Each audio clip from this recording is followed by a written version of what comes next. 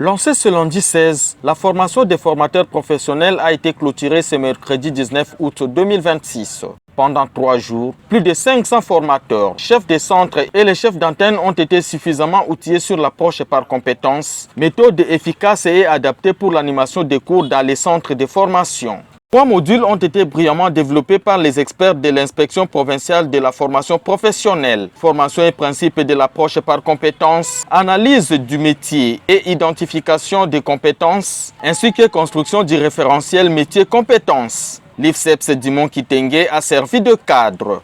Paul Agbaka Amboko, inspecteur professionnel provincial de la Tchopo, organisateur de ces assises, revient sur l'importance de cette formation. La formation professionnelle est un secteur clé pour la création de la classe moyenne en République démocratique du Congo. Le numéro 1 de la formation professionnelle dans la Tchopo appelle tous, particulièrement les jeunes, à la formation afin de changer leur statut. C'est une exigence parce que ça fait longtemps la formation professionnelle a été comme un enfant malade. Il fallait les soins. Un établissement n'existe que quand les formateurs sont compétents. C'est ainsi qu'on a commencé par l'approche par compétence. Par rapport aux enjeux, c'est aujourd'hui que nous commençons avec un nouveau système instauré par la hiérarchie. C'est-à-dire c'est la compétence qui prime sur tout. Et dans la compétence, on voit les métiers de quoi l'homme est capable. On a passé du temps à l'université sans avoir gain de cause. Et aujourd'hui, la formation professionnelle est venue créer une main-d'œuvre et surtout récupérer la classe moyenne. Au Congo, tout le monde veut faire la politique pour essayer de se détendre. Mais le chef de l'État a décidé qu'il doit mettre l'accent sur la formation professionnelle. Si quelqu'un avait un métier à la main, je pense qu'il ne pouvait même pas dormir affamé. Quand l'enseignant maîtrise la matière, la FA aussi sera à mesure de s'exprimer et de se défendre dans la nature. C'est pour cela qu'on a commencé avec les formateurs, pour qu'on inculque dans eux ce qu'ils peuvent transmettre à la génération future. Moi, je ne peux pas dire que j'ai réussi parce que l'objectif n'est pas encore atteint. C'est que le chef d'État vise. Il veut que la jeunesse soit debout. Il y a un thème que lui-même a prôné, debout, jeunesse congolaise.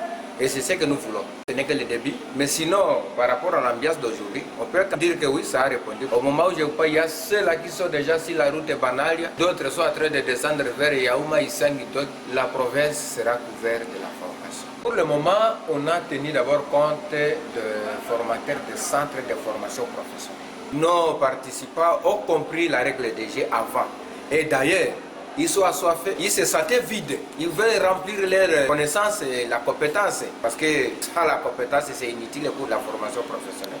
Je suis heureux. Je sais que dans les jours à venir, ça serait encore mieux. Je demanderai d'abord aux jeunes de quitter les conforts. Vous allez trouver un groupe de gens qui vous parlent de l'argent des autres. Il est là en train de parler de Messi, je ne sais pas de quel joueur, de stars. S'il quittait cette étape et descendre, voir qu'est-ce que je peux avoir comme un métier à la main, je pense que le banditisme allait diminuer. Et c'est ce que nous invitons la jeunesse aujourd'hui, de quitter là où ils sont et revenir rejoindre la formation professionnelle aujourd'hui. Et vous avez l'exemple au niveau national. Les aciers Koulouna aujourd'hui, ils sont en train de donner une belle figure à notre capitale, Kinshasa. Et pourquoi pas ici? Si chacun s'appropriait d'un métier à soi. Je ne sais pas s'il y aurait des Koulouna ici. Parmi les participants, il y a des médecins, il y a des maîtres avocats. La formation professionnelle prend tout le monde, pourvu que chacun trace un jalon devant lui pour avoir comment gagner sa vie. De leur côté, les formateurs apprécient le niveau et la qualité des participants. Ils sont confiants que cette formation va donner une nouvelle image de la formation professionnelle dans la ville de Kisangani. De la manière dont cette formation était organisée, je vous dis sincèrement que les participants étaient très actifs. Ils sortent ici tête haute. Et je suis sûr que dans des centres là, ils vont faire un bon travail. Nous demandons seulement aux formateurs qui sont formés aujourd'hui de faire la restitution de cette formation auprès des apprenants pour qu'à l'issue de leur formation, qu'ils puissent sortir des produits finis, consommables dans la société, dans le monde du travail. Je dis sûrement et sincèrement oui. Et ce n'est pas par un bâton magique, par un coup de marteau, progressivement, parce qu'ils viennent d'apprendre aujourd'hui, avec l'encadrement des inspecteurs, ils seront capables de faire ce que nous leur demandons. Satisfaits, les participants n'ont pas mis leur langue dans la poche. Pour eux, cette formation a été d'une importance capitale. Ils ont appris plusieurs notions dont ils ignoraient avant.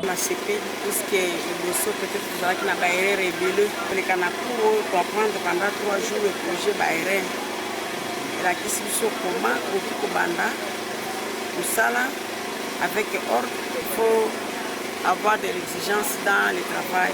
Balakisi biso na mukuse olia ko kene na littérature belé 20% il cause na littérature 80%. Mais ba ko corriger ba erreur wana biso moko ba formateur de conscience. Au lieu de blaguer avec le travail maintenant, to côté na sérieuxité à musala pratique. Balakisi mwana par exemple ko pe couture comment kokata elamba la moto ne tozozonga tokota na musala pe koorganiser ba erreur mike tozalaki nango na ba centre na biso vraiment bapesaki biso kitoko félicitations et chapeau. On est ravis de la formation, ce sont les bonnes choses qui vont se passer dans l'état des centres puisque comme nous sommes déjà bien formés, nous avons déjà une base avant de mélanger les choses puisque ici c'était surtout sur la pratique des affaires, il faut parler peu meilleur des pratiques vraiment quotidiennement.